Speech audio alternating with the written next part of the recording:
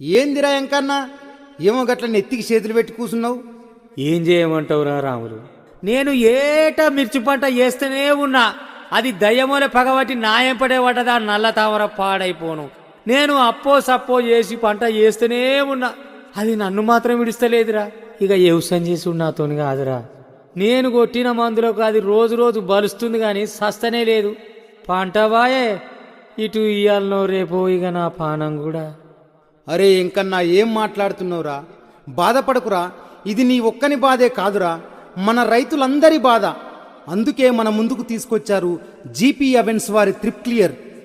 నల్ల తామరకు యముడు, రైతన్న పంటకు దేవుడురా. ఎలాంటి కెమికల్స్ వాడకుండా సహజమైన ఆర్గానిక్ ఎరువులతో తయారైంది ఈ త్రిప్ క్లియర్. అందుకే త్రిప్ క్లియర్నే వాడదాంరా. త్రిప్ క్లియర్ రైతన్న పాలిట సూపర్ ప్లేయర్.